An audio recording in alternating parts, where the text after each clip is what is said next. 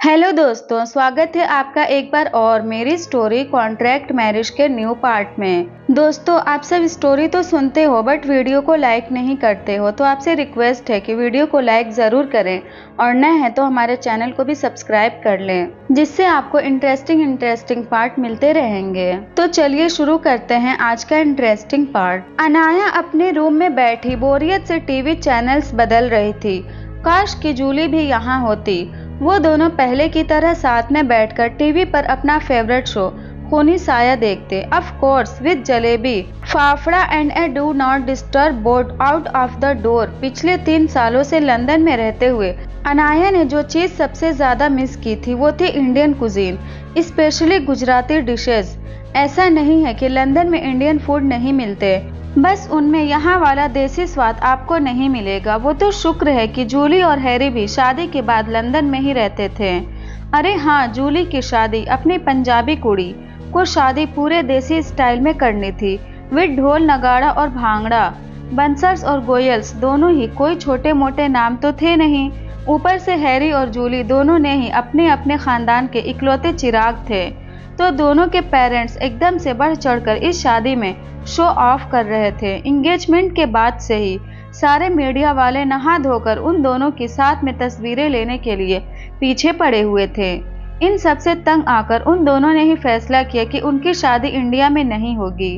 हालांकि इस बात पर उन दोनों के ही पेरेंट्स राजी नहीं थे, मगर बाद में अपने बच्चों की जिद के आगे उनको भी झुकना पड़ा।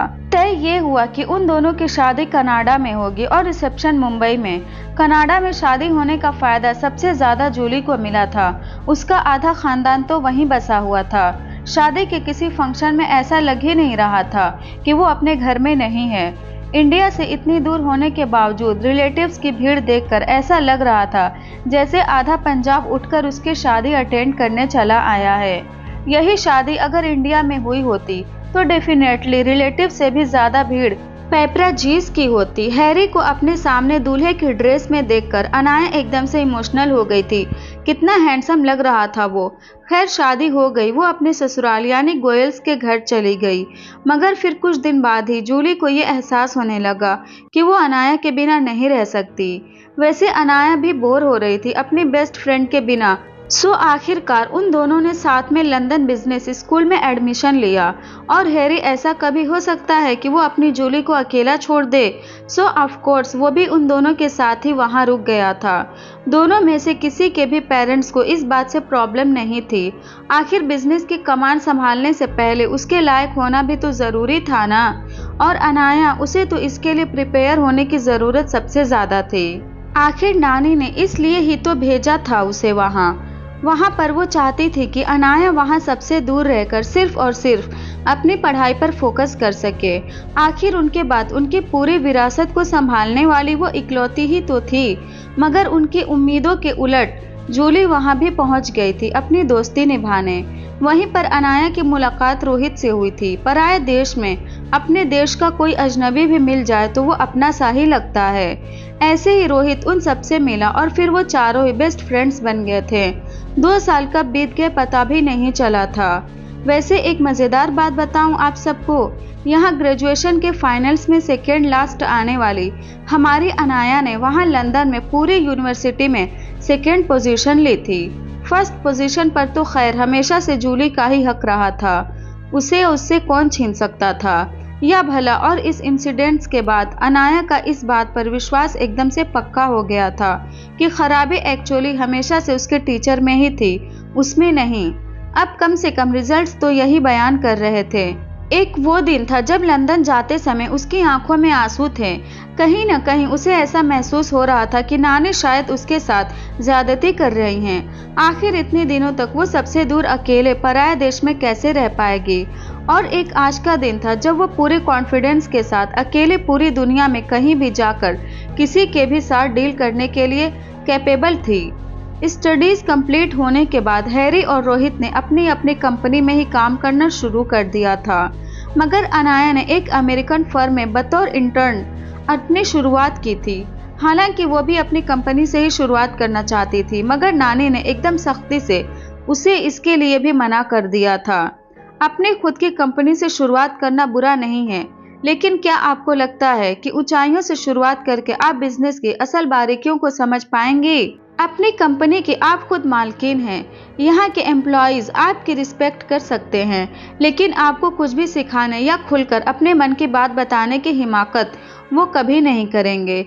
एक पूरी कंपनी को खड़ा करने में जितना हाथ उसके फाउंडर्स का होता है, उतना ही हाथ उसके वर्कर्स का भी होता है। जब तक आप उनको मैनेज करना नहीं सीख जाती, आप कभी किसी कंपनी को नहीं संभाल सकेंगी।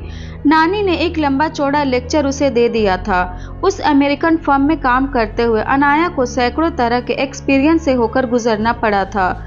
छोटी से छोटी गलती के लिए उसे घंटों बॉस की डांट सुननी पड़ती थी और इसका सारा गुस्सा वो अपने जूनियर्स पर निकाल देती थी।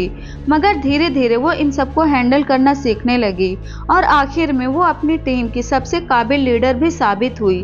पूरे 1 साल उसने उस कंपनी के लिए काम किया और जब जॉब छोड़ते वक्त फीडबैक देने का टाइम आया तो सबसे अच्छे कमेंट्स और पॉइंट्स उसे न केवल अपने जूनियर से बल्कि सीनियर से भी मिले। नानी खुद उसे वहां से वापस लेने आई थी और तब सबको ही अनाया की असल पहचान जानकर एकदम तगड़ा वाला झटका लगा था। अपनी आंखों के सामने अपनी नातिन की इतनी तारीफ सुनकर नानी की आंखों में गर्व के आंसू आ गए थे। अब आप अपने पिता की छोड़ी हुई वसीयत को संभालने के लिए पूरी तरह तैयार हैं। अनाया से मिलने के बाद नानी के सबसे पहले शब्द यही थे। इसके बाद अनाया ने जेपी कॉरपोरेशन के सीईओ की पोस्ट संभाली और जो सबसे पहले डील उसने की वो उसी अमेरिकन फर्म के साथ थी जहां उसने इतने दिनों तक काम किया था। तो ये थी अनाया के पिछले 3 साल की कहानी। टीवी चैनल्स बदलते बदलते जब वो बुरी तरह उकता गई तो उसने तंग आकर टीवी ऑफ कर दिया। एक बार उसने अपना फोन उठाकर देखा। रात के 11 बज रहे थे। फोन एक साइड रख कर वो सोने की कोशिश कर रही थी कि फोन पर मैसेज टोन बजा। मैसेज किसी अननोन नंबर से आया था। इतनी रात को किसका मैसेज आया होगा? उसने मैसेज ओपन किया और एकदम से सरप्राइज्ड हो गई। मैसेज में प्रॉपर्टीज पेपर की पिक स्कैन करके भेजी गई थी। वही प्रॉपर्टी जिसके लिए अनाया अभी कुछ देर पहले इवनिंग सनशाइन में मिस्टर देसाई से मिलकर आ रही थी। पहले तो उसकी समझ में ही नहीं आया ये सब क्या है, मगर फिर मन ही मन झल्लाते हुए उसने अपना फोन उठाकर एक नंबर डायल कर दिया। राज अपनी स्टडी रूम में बैठा कुछ इम्पोर्टेंट फाइल्स चेक कर रहा था। भले ही अब वो कोई लेक्चरर नहीं रह गया था, मगर फिर भी नेक्स्ट डे अपने प्रेजेंटेशंस की पूरी तैयारी वो अब भी पिछली रात को ही करता था। अचानक फोन रिंग होने की आवाज़ से उसका ध्यान उस तरफ चला गया। स्क्रीन पर प्राइवेट नंबर शो हो रहा था। बिना नंबर देखे वो 100% श्योर था कि ये कॉल किसका हो सकता है। उसके होठों पर एक मुस्कान आ गई थी। आराम से अपनी चेयर सीट से पेट टिकाते हुए उसने कॉल रिसीव कर लिया। इतनी रात को तुम्हें मेरी याद आ रही है? अनाया ने एक बार अपने हाथ में पकड़े फोन को घूरकर देखा, फिर एकदम से झल्लाते हुए पूछा, क्या है ये सब राज? क्या सब? I don't know. तुम किस बारे में बात कर रही हो? अनाया, अननोन बनने का नाटक मत कीजिए। वो प्रॉपर्टी मेरे नाम पर क्यों खरीदी आपने? राज हल्के से हंसते हुए, ओ तो तुम मानते हो तुम मेरी वाइफ हो? क्योंकि वो प्रॉपर्टी तो मैंने अपनी वाइफ के नाम पर खरीदी है। अनाया उसकी बात सुनकर एकदम से स्पीचलेस हो गई थी। उसने एक बार वापस से डॉक्यूमेंट्स चेक किए। I am handing over this property to my wife Anaya Raj Saxena. Documents के आखिर में इन वर्ड्स के साथ अमर राज सक्सेना के नाम का सिग्नेचर शो हो रहा था। अनाया, मुझे आपकी प्रॉपर्टी नहीं चाहिए। ओके, मैंने अपने लिए दूसरी प्रॉपर्टी खोज ली है। राज एक गहरी सांस लेते हुए, अनाया प्लीज जिद छोड़ दो, वापस आ जाओ। ये घर भी तो तुम्हारा ही है। इनफैक्ट मेरा जो कुछ भी है सब तुम्हारा ही है। तुम्हें ये प्रॉपर्टी चाहिए थी, मैंने ली। तुमने ली, एक ही बात है। अनाया गुस्से में, नहीं एक ही बात नहीं है। आपने हमेशा मुझे धोखा दिया है और अब मैं किसी भी तरह आपके बातों में नहीं आने वाली हूँ। राज थोड़े गुस्से में, मैंने तुम्हें कोई धोखा नहीं दिया है। ओके, तुम चाहती हो मैं फोर्सफुली वहां से तुम्हें लेकर आऊं? अनाया को उसकी बात सुनकर जोर से हंसी आ गई। मिस्टर अमर राज सक्सेना, अगर आप मेरे घर तक भी आ गए ना तो आई प्रॉमिस मैं आपके साथ जरूर वापस चली जाऊंगी। उसकी बात सुनकर राज पहले तो चौंका, मगर फिर उसके चेहरे पर एकदम से स्माइल आ गई। सोच लो, अपनी बात से पलटने की कोशिश मत करना। अनाया कंफ्यूज होते हुए, क्या मतलब? राज, मतलब get ready, I am coming to take you home Mrs Anaya Raj Saxena. Raj की बात सुनकर अनाया के हाथ से फोन छूट के गिरते गिरते बचा। Wait what? इस वक्त आपका दिमाग तो ठीक है? अनाया ने एकदम से घबराते हुए कहा। 100% वेट फॉर मी, राज ने एक हल्की सी हंसी हंसते हुए कहा और कॉल डिस्कनेक्ट कर दिया। अनाया ने कॉल डिस्कनेक्ट होने की आवाज़ सुनी तो एकदम से उसकी हालत ख़राब हो गई। क्या वो सच में इस वक्त यहाँ आ जाएंगे? नहीं नहीं, ऐसा नहीं हो सकता। वो कोई कॉलेज जाते मजनू थोड़े हैं जो ऐसे आधी रात को किसी लड़की से मिलने चले आएंगे। अनाया ने खुद को तसल्ली देते हुए कहा। लेकिन अगर आ गए तो? घबराहट में नाखून चबाते हुए वो यहाँ से वहाँ पूरे कमरे में परेशानी से टहल रही थी।